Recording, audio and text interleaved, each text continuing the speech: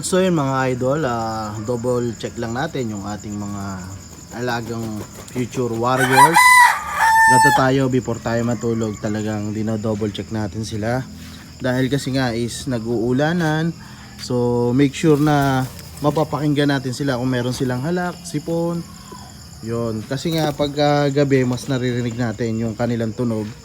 So mas madali nating mamomonitor at mabibigyan natin ng tamang gamot nang sa gayon ay hindi lumala. Kasi almost I think 5 days nang umuulan dito sa amin, pero hindi naman kalakasan, pero kahit papano talagang matindi ang ulan pag dire-diretso. Yan. So yung iba kasi hindi pa sanay humapon, pero tinutulungan natin sila, tinuturuan natin umakyat nang sa gayon ay masanay din sila. So yung iba ay hindi ko na naipakita dahil andun po sa ibang side.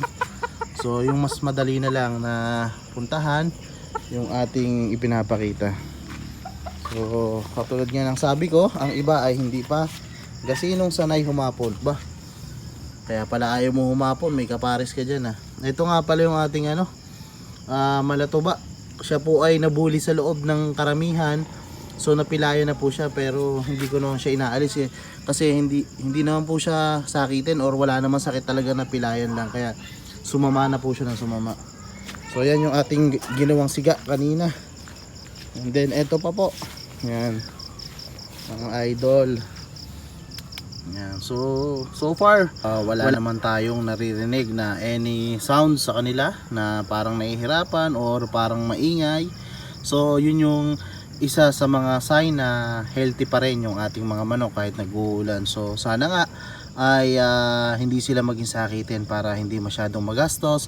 At the same time, mas mabilis silang lumaki at malakas. Kasi pag ganito kasi talagang tag-ulan, napakahirap magpalaki ng mga manok. Especially pag mga 2 months old pa lang or month old. Kasi na-experience ko na before Pero sa ngayon nga, yan nga, nag-ano na tayo, stop na tayo ng breeding. Sa breeding season na lang po tayo dahil napakahirap po ng off season na ganito pag gantong tag-ulan.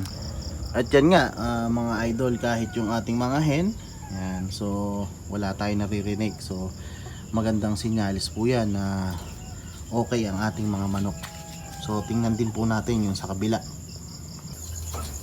So yun nga mga idol, katulad nga sa kabila na mga breeder natin, wala po tayong naririnig na any sounds sa kanila. It means okay po yung ating mga breeder. At dito naman sa ating mga 2 months old, I think mag 2 months old pa lang, going 2 months old. So yan nga, ito yung mga pinabanded na natin. So ito yung pinaka dapat nating tinututukan din dahil sayang pag sila yung nagkasakit. Pero tayo ay nagbibigay na rin ng supplement. Yan, nakamix siya sa tubig para kahit papano, kahit tinatamad silang kumain, ay maging healthy pa rin sila dahil ito ay food supplement yung hinahalo natin sa tubig na pag minix natin ganyan, iitim talaga yan. Iitim yan. Kung mapapansin nyo, itim, diba? So, saka na po natin to i-reveal pag tayo ay sponsor na.